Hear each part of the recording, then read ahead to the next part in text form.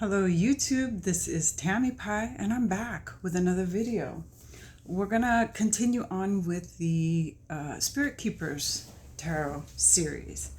And once again, I'm gonna insert some little pages from SKT. I'm not gonna do this exactly like how most deep dives are done. Like I'm not gonna go ace 2 3 4 5. I'm not gonna do like one suit at a time. What I'm gonna do is just do it my own way. And that will ensure that I keep going. Otherwise I might burn out, right? And then I wanted to let you know that I probably will do a couple of videos for SKT and then I'll do like something different, like a tag or an unboxing or, whatever.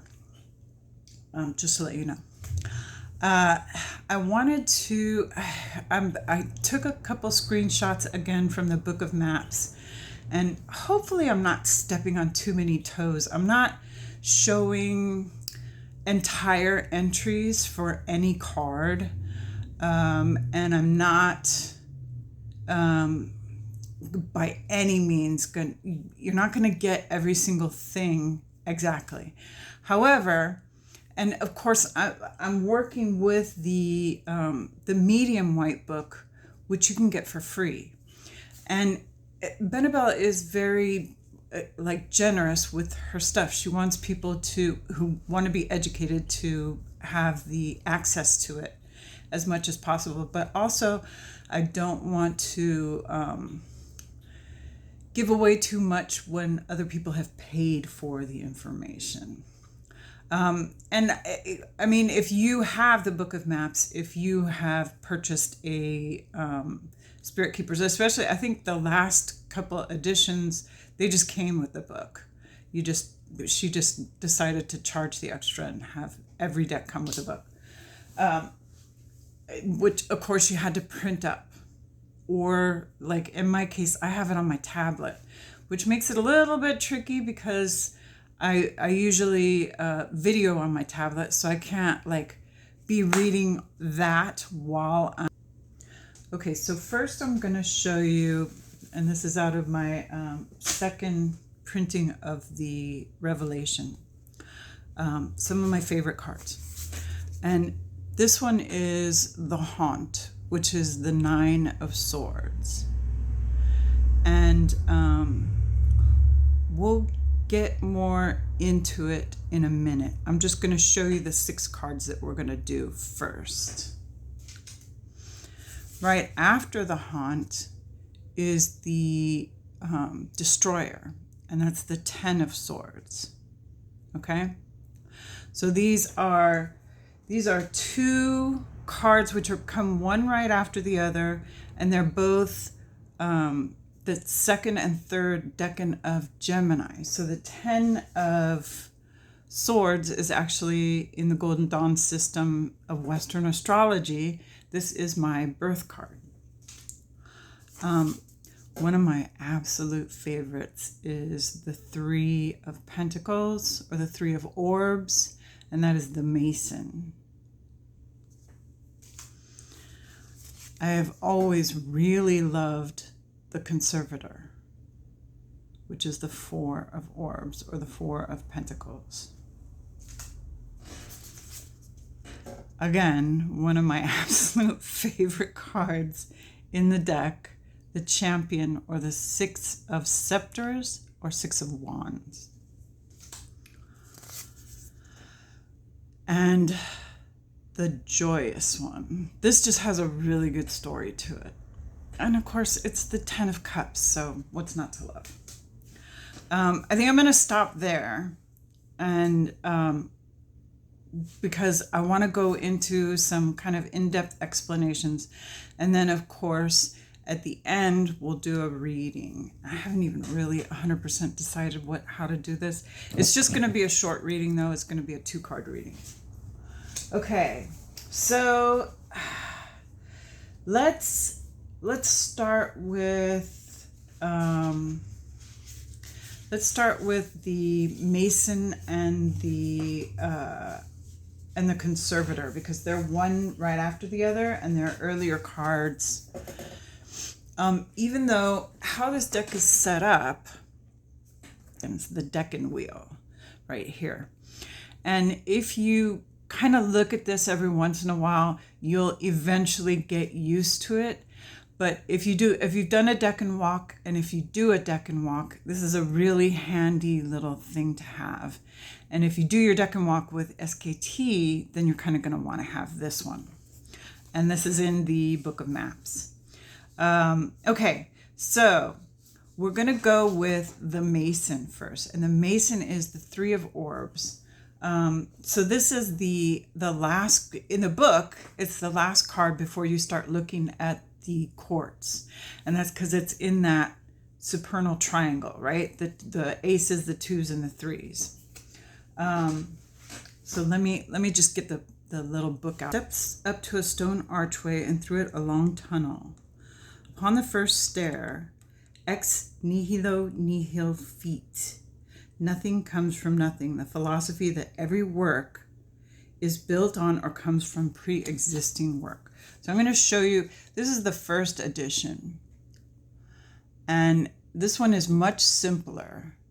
And here I'm going to insert a close-up of the one that I'm looking at, the second printing of the Revelation. And you can see in that, it's greatly changed, and in part because she did this magnificent drawing and coloring of the famous blue mosque. And the blue mosque, I'll also give you a little bit of her description of that, is like the pinnacle of Ottoman architecture. It is. And when you think about the Three of Pentacles, that's what they're doing, right? They're building something. They're coming together. You've got a guy in the RWS anyway. You've got a guy holding plans and another guy hammering. So that's why this is called the Mason, right? Because this is what we're a bunch of guys building something amazing. And that saying at the bottom, ex nihilo nihil fit, it's all about using what other people have already learned, using that experience to heighten your work, to make your work better and better and better. So nothing comes from nothing, but upon the shoulders of those who come before you come great works. Okay. And then in the center of that, of the three orbs, is that the symbol for the great work, which is also in the boat, in the Six of Swords, and where else is it? It's in a bunch of places. So I'm thinking one of the sets of cards that I'm going to do is cards that are my favorite in different decks. But when I went through this deck, these are definitely some of my very favorite cards. And part of them is because of the stories behind them. That Blue Mosque story is just amazing. But this one, actually, my favorite one is in this first edition. And it's just because I remember when she did this, I thought, wow, that's really an interesting way to look at the Four of Pentacles, because I saw him sitting there in space more, rather than someone who's being stingy, which is kind of Four of Pentacles-y for a lot of people. It is more someone who is taking all these things and thinking about them, who's kind of in meditation. And in fact, I have a large sphere that sometimes when I'm like in meditation, when I did my my 22 weeks meditations, I would hold the sphere just like this. I would lie down in my bed and try and just let everything go and hold the sphere with my two hands like that. It was interesting. So this is maintenance work. Okay? The conservator is the maintenance work, investments, and natural resources you need in reign, rule, and order. This spirit is presented in your life path when you are demonstrating an inordinate attachment to the material. So there's your selfishness. This is earthly power you're clinging desperately to at the expense of greater spiritual realization. The conservator is both spirit of that which is empirical and orderly, efficient and pragmatic, and also which is self-serving, covetous, and parsimonious. There's a $5 word. And here we also see the horned god. So I'm going to give you a close-up of this one too, because she put this in the later edition. She put it in a museum. And there are like a bunch of great works of art here. Okay, so I'm gonna give you a close-up of that. And then I'll give you a list of the works of art that she recreated for this drawing. Benebell, okay? Over-delivers, always over-delivers. But it's interesting to do that because when you think of a museum full of artwork, there's a reason sometimes that we hold on to things. I was watching Simon this morning doing this, oh my God, rearranging of 1,000 tarot decks, right? And he was pretty stressed about it because he's got boxes upon boxes that weigh so much. He's afraid to even store them because of the weight of them. And I can understand that. However, sometimes you need to keep certain things. You need to curate, as a museum does, a collection, hold on to them so that you can study and other people can learn from them. Maybe, I don't know. The conservator, right? Okay, the next one I'm going to do is the champion, and I'm going to give you a nice close-up of the champion. I love this one. I have loved this one from the very beginning, from when she first did it, because I like the idea of when champions, those who fight a battle and win, are always going to get some kind of injury. They're going to have to go through some kind of pain, right? And I think a lot of times tarot readers are survivors. I think a lot of them have been through some kind of painful situation, painful injury even, painful in the mental. Some of us have been through mental breakdown and have survived it, or have survived big situations, and we have wounds that are ongoing, but that we have turned into learning situations, right? So there are two sides to victory. There are two sides to being a champion. Also, this is one of the cards that she brings forward in a Norse way. And I am a quarter Norwegian. So I love when she brings these kind of Celtic goddesses, the Norse goddesses into here. And so in the background of this, there is all these cabinets, and this is in the historical versions of the Norse kings and warriors who would, after the battle, put their victims' heads in jars and line them up. Or and she's got the god Tyr spelled out at the top, and she has a bunch of really cool little like bits and pieces that have been found in architectural digs and that are hanging in the room. And Of course, the goddess has one of the spears is stuck in her leg because she has been through this battle and survived it, right? Oh my God, it's so good. So anyway, when you draw this, you will be victorious, right? When you get the Six of Wands, it makes you think, all right, I'm gonna be able to handle this and I'm gonna win. All right, so the next ones I want to show, yeah, that'll work, are the Haunt. And this is perhaps my favorite. I don't know. I you know, every once in a while I'm like, is this my favorite? No, these are my favorite. And, you know, that's the way we are, right? So I'm going to show you a couple of close-ups here. I'm going to show you a close-up of the actual card, which is, this is really an amazing drawing. This is the, she's done this to be like the bot, like a dungeon in a medieval castle. And you've got Hecate there drawing you in, right? And you've got the RWS girl in the bed waking up from the nightmare, and then the shadow over her, right?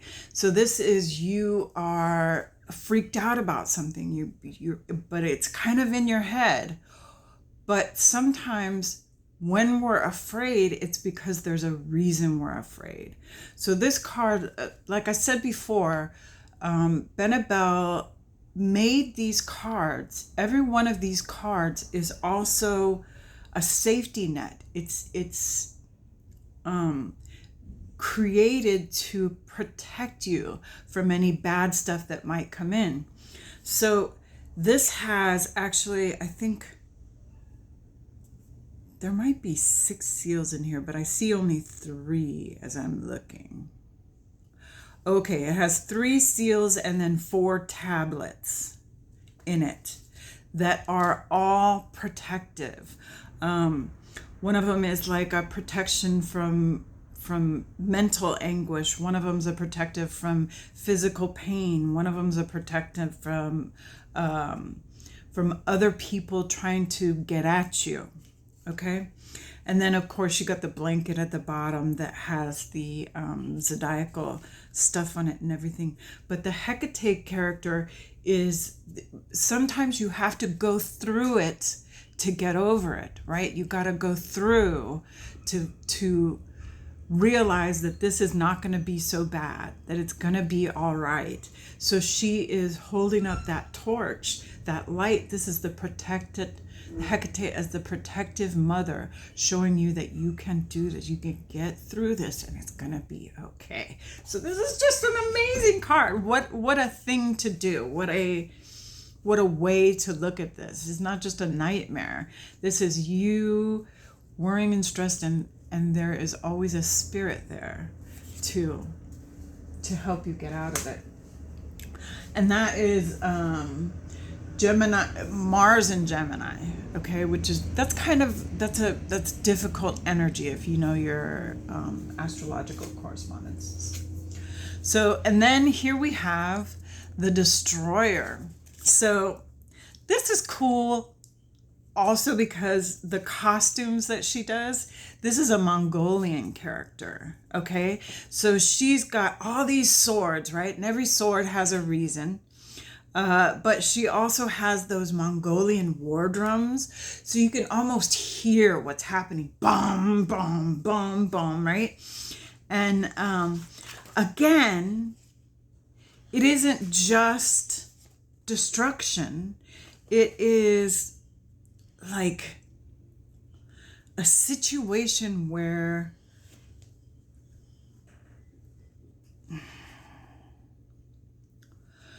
okay, so in the Thoth it's called ruin. So this is where you've gotten to this point where you just think there's nowhere to go, right? You've gotten to a situation where you've gummed it all up. You did this to yourself. What have you done? So the Destroyer,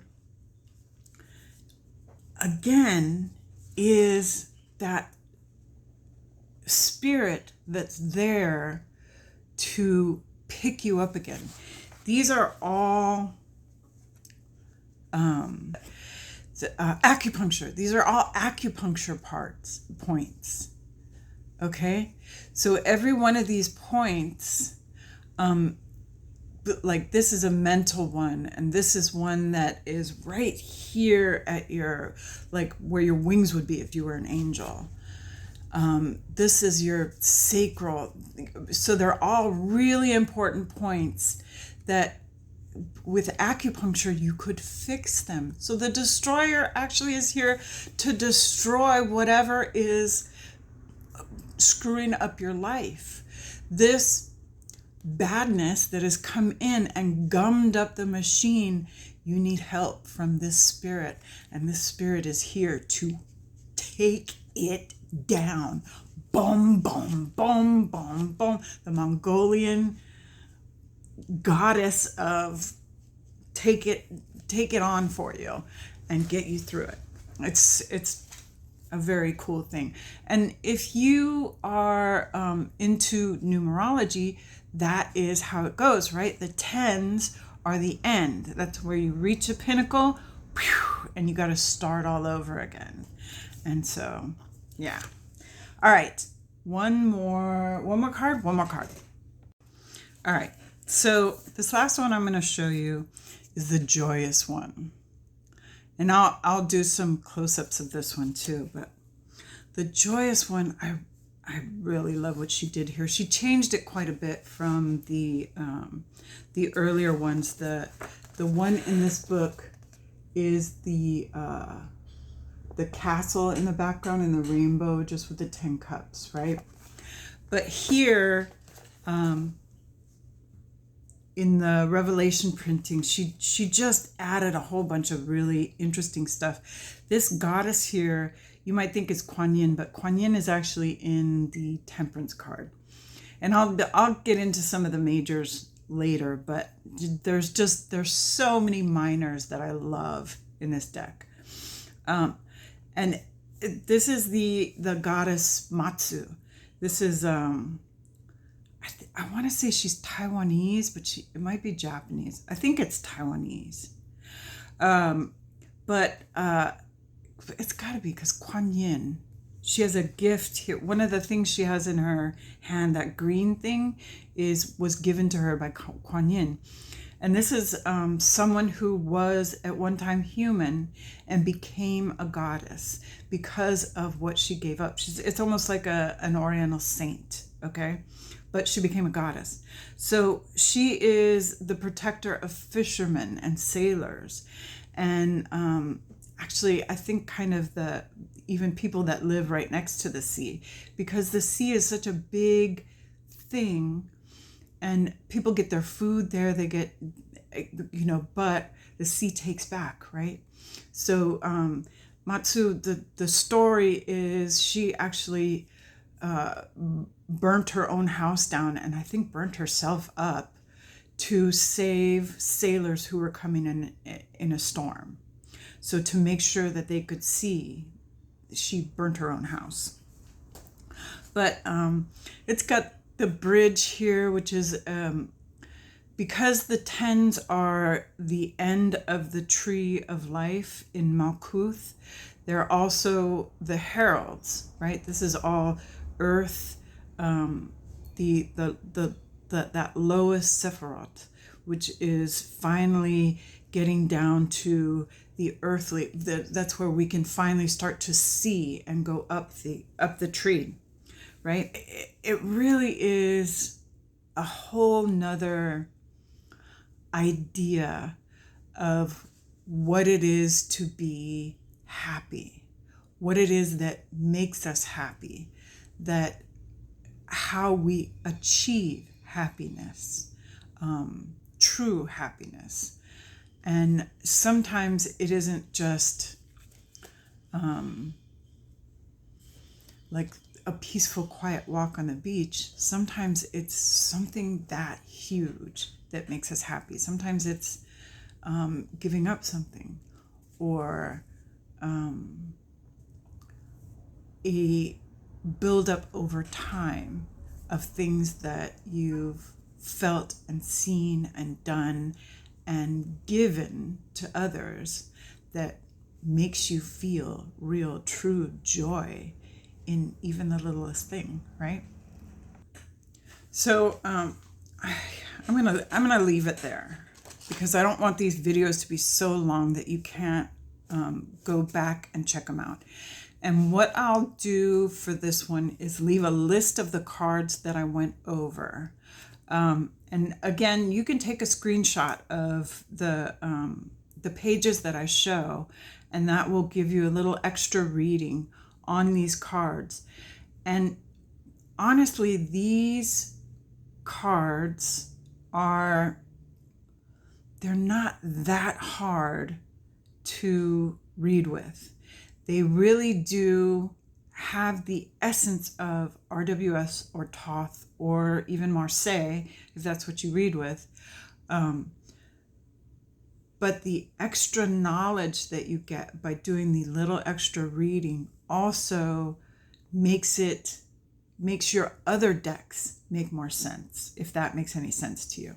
So I hope I haven't been too gobbledygook, but you know, I have to do this my way. I have to look at this with my own sensibility, and hopefully you'll be able to put it all together when you want to make sense of your own deck.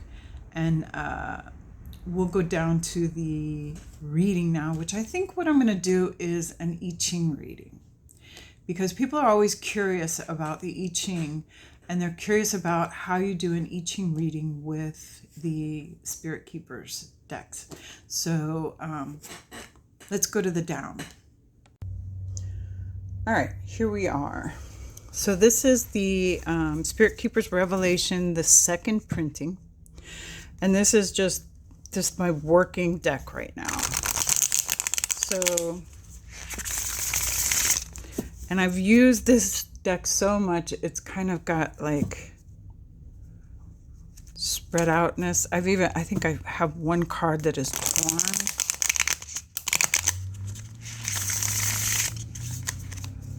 Let's see. Is that it? Is that why that's happening? So you can see down here are the little I Ching trigrams, right? So there are 8 trigrams, and 72 of these cards have regular trigrams. 6 of them have that Akasha symbol, which would be if you want to double them, right? So we're just going to do a simple 2-card reading. All right. And this is, it's the new moon just passed by, right? I've been learning the Hawaiian moon phases, which it takes a little while because I'm not as proficient in the Hawaiian language as I would like to be. So I want to know how I can further my study in those Hawaiian moon phases. Okay, so I'm going to take 2 cards. Perfect. Wow. Okay, and one that we had talked about today. That's even better. I love it. Love what Spirit Keepers is doing for us here. I'm going to close up right here. Okay, so you know, as just a 2-card reading, this is very obviously saying maybe you need to talk to someone. Maybe you need to like invest in a class. Really go to the source of people who know what they're talking about and actually really study this like a class, instead of just watching things on Instagram and writing stuff down every once in a while and going outside and looking at the moon going, okay, I forgot what phase that is. Right? Because champions have to keep going even through the pain. Champions do this because they want to get it done. Very nice reading. Oh my God, I love it. So how we would do an I Ching reading here. The first card is going to be at the bottom because this is Chinese, okay? And the second card is going to be at the top. Let's see if I can get a little closer. So what we've got here is the hexagram, right? So first card at the bottom, second card at the top, okay? I'm going to bring the, I have I Ching the Oracle open here. So just a second. I always do this to myself when I'm trying to do too many things at once. Okay, so we've got the bottom trigram is mountain. So we're looking at lower trigram, mountain, and the top trigram is thunder, Zen. Okay, so Zen, Gen, right? See how that lines up,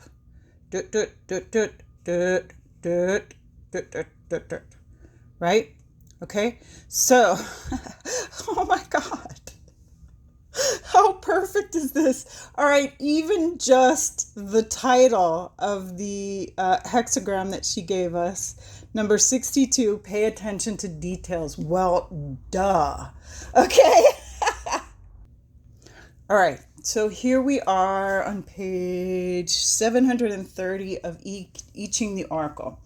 Hexagram 62, pay attention to details. Thunder over mountain.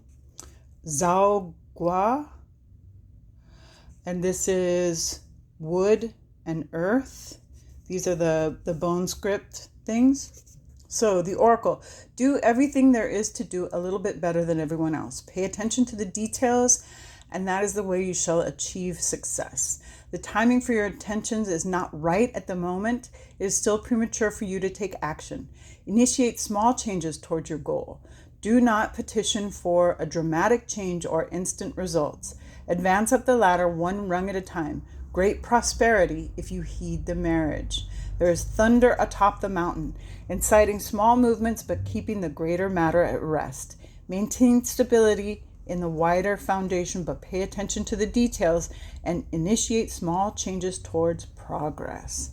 Okay, I'm going to let you read the rest yourself, but I do want to show you something that I think is interesting. Hang on just a second.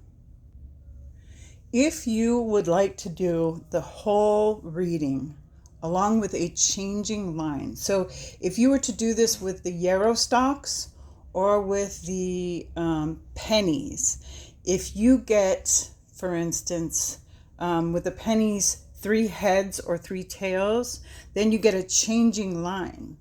So you would take the die, a 6-part die, and you get 4. So if the changing line is in the 4th place, first line, second line, third line, 4th line, there is no blame. That which should have come to pass was missed. Forward movement will surely encounter adversity. Do not unduly delay. Do not engage in prolonged undertakings. Time is of the essence for matters to progress. Get them to completion as quickly and expediently as you can. Do not delay and do not procrastinate. So, there's your changing line. Oh, it's got a whole second page here.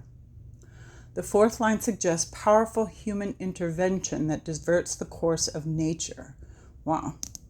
Okay, so I'll read this all myself. You can also read it yourself because I don't want to spend a whole lot of time reading. However, you can see how the changing lines in the I Ching readings are they're kind of the nitty-gritty. The original oracular message is kind of an all-arounder, right? But the changing lines are what's telling you what to do. So with that, I'm going to leave you there and thank you for coming.